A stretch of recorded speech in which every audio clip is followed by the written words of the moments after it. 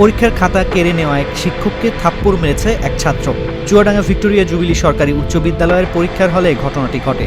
রোববার রাতে সামাজিক যোগাযোগ মাধ্যম ফেসবুকে এর সিসিটিভির ফুটেজ ছড়িয়ে পড়লে তোলপাড় শুরু হয়। এদিকে ঘটনা তদন্তে 4 সদস্য বিশিষ্ট কমিটি গঠন করেছে জেলা প্রশাসক। কমিটির প্রধান করা হয়েছে অতিরিক্ত জেলা প্রশাসক শারমিন আক্তারকে। 3 কার্যদিবসের মধ্যে কমিটিকে প্রতিবেদন দিতে বলা হয়েছে। জানা যায় ওই স্কুলে এসএসসির নির্বাচনী পরীক্ষা চলছিল।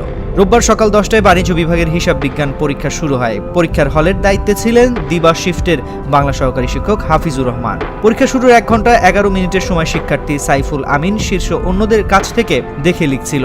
প্রথমে তাকে নির্ধারিত আসন থেকে সরিয়ে সামনের একটি বেঞ্চে বসানো হয়। আবারও পেছনে ঘুরে অন্যের খাতা দেখে লিখছিল সে। এক পর্যায়ে পেছনের বেঞ্চে 2 হাত দিয়ে বসেছিল সাইফুল। এই বিষয়টি দায়িত্বরত শিক্ষকের নজরে এলে তিনি ছাত্রের খাতা কেড়ে নিয়ে যান। এ নিয়ে ছাত্র শিক্ষকের মধ্যে কথা কাটাকাটি হয়। এ সময় ধাক্কা দিয়ে ছাত্রকে বেঞ্চে বসতে বলেন শিক্ষক। কয়েক মিনিট তার নির্ধারিত আসনে বসে থাকে। কিছু সময় পর সাইফুল বেঞ্চ থেকে উঠে শিক্ষকের গালে থাপ্পড় মারে। শিক্ষক সাইফুলকে ধাক্কা দিয়ে বাইরে চলে যান। এ সময় সাইফুলও বাইরে যান। বিদ্যালয়ের শিক্ষকরা বিষয়টি বিদ্যালয়ের সভাপতি ও জেলা প্রশাসক ডক্টর কিসিঞ্জার চাকমাকে জানান। তিনি এই ঘটনায় 4 সদস্য বিশিষ্ট তদন্ত কমিটি গঠন করেন।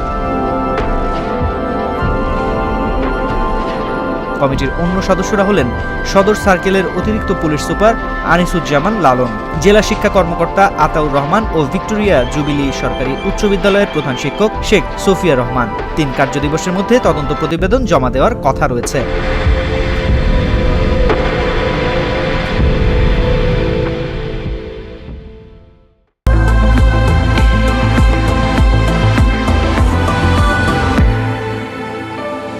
Harlan, be a show stealer.